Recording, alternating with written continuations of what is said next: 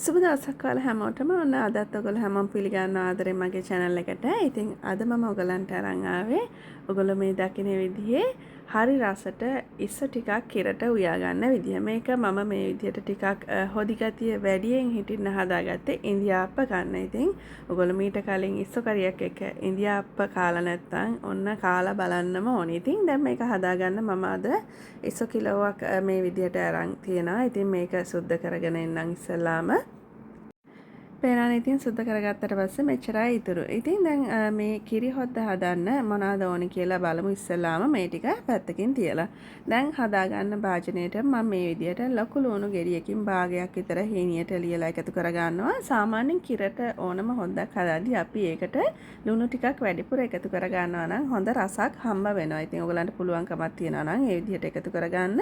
ඊට පස්සේ සාර කන්න පුළුවන් විදිහට මම මේ විදිහට අමු මිරිස් එකතු කරගන්නවා. පොඩි ගොරක කෑලි 3-4ක් වගේම කුරුඳු කෑලි 2-3ක් මේ විදිහට එකතු කරනවා. කරපිංචයිත් එක හරි දෙකක හරි කොළ ඔයගලන්ට එකතු කරගන්න පුළුවන්. දැන් මම මේ එකතු කරේ ස්පූන් බික් 5ක් විතර ගම්මිරිස් මේ සෑඳි එකමාරක් එක්ක හොඳට තලලා තමයි ඒ එකතු කරේ. ඉතින් ඒකෙන් හොඳ රසක් මේ ඉස්සු කරියකට හම්බ වෙනවා. ඊට පස්සේ මේ විදිහට අපි උළුහාල් ටිකක් මේකට එකතු කරගන්න ඕනේ. ඉතින් ඉස්සු ඉව්වා වුණාට කිරට උයද්දි උළුහාල් ඇට ටිකක් එකතු කරගෙන බලන්න පුදුම රසක් ඒකෙන් හම්බ වෙනවා. ඊට පස්සේ මම මේකට අවශ්‍ය තරමට මේ වගේ කහ කුඩු ටිකක් එකතු කරගන්නවා.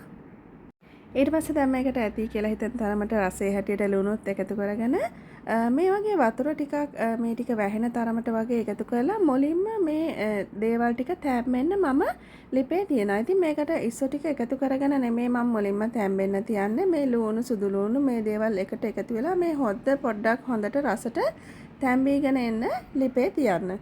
විනාඩි 5ක් යද්දී දැන් මේ හොද්ද හොඳට උතුරවගෙන තැම්බිලා එද්දී මේකට දැන් මම එකතු කරනවා හොඳ උකු පොල් කිරි ටිකක්. ඉතින් අපි කිරි හොද්දක් හදන නිසා විශේෂයෙන් දැන් අද මම කියන්නේ මේක ඉන්දියාප්ප කන්නා වගේ. එතකොට කිරි රස හොඳට තියෙදි තමයි මේ හොද්දේ රස තියෙන්නේ. ඉතින් පොල් කිරි ටිකත් එකතු කරලා මේ විදිහට කලවම් කරන ගමම්ම වගේ දැන් තමයි මම මේකට අපි අර පොතු අරගත්ත ඉස්සු ටික එකතු කරන්නේ. ඉතින් එකක් තමයි ඉස්සු කියන්නේ හරිම ඉක්මනට තැම්බෙන මාළු වර්ගයක්. විනාඩි 3-4ක් යද්දි මේක ඔයගලන්ට හොඳට ඇතුළ තැම්බෙන විදිහට තම්බ ගන්න පුළුවන්. ඒ වගේම තමයි හොද්ද ලිපේ තියන්න පටන් ගත්ත වෙලේ ඉඳන් අපි මේ ඉස්සු ටිකත් එකතු කරලා මේ හොද්ද හැදුවා නම් අර හොඳට පොල් කිරි ඒ හැමදේම ලුණු සුදු ලුණු තැම්බෙලා ඒ දේවල් වෙනකම් මේක අපි ලිපේ තියලා උයාගatti ඉස්සොත් එක්කම මොකද වෙන්නේ මේ ඉස්සු ටික හරි හයි වෙනවා. නිකන් රබර් වගේ තමයි අන්තිමට තැම්බිලා ඉතුරු වෙන්නේ. ඒ වගේම තමයි දැන් ටිකක් ලොකු ඉස්සුනේ අද මම මේ එතන අරගෙන තියෙන්නේ.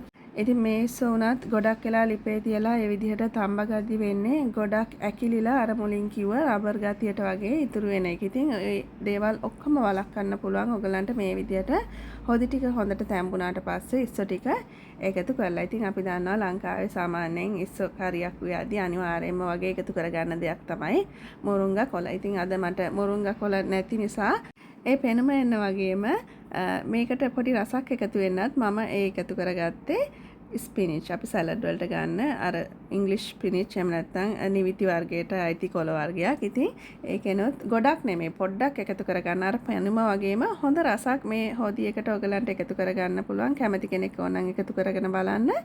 එච්චරයි ඉතින් අපිට කරන්න තියෙන්නේ. ඉතින් රස හොඳට තියනවා නම් ඔයගලන්ට ලිප් ඔෆ් කරලා මේ ඉස්සු කරියක පැත්තකින් තියාගන්න පුළුවන්. පේනවනේ ඉස්සු ටික අර ඇකිලිලා එහෙම පොඩි වෙලා මොනවත් නැහැ. හොඳට ගානට තැම්බිලා තියෙනවා. හොද්දටත් ඒකේ රස හොඳට එකතු වෙලා තියෙනවා.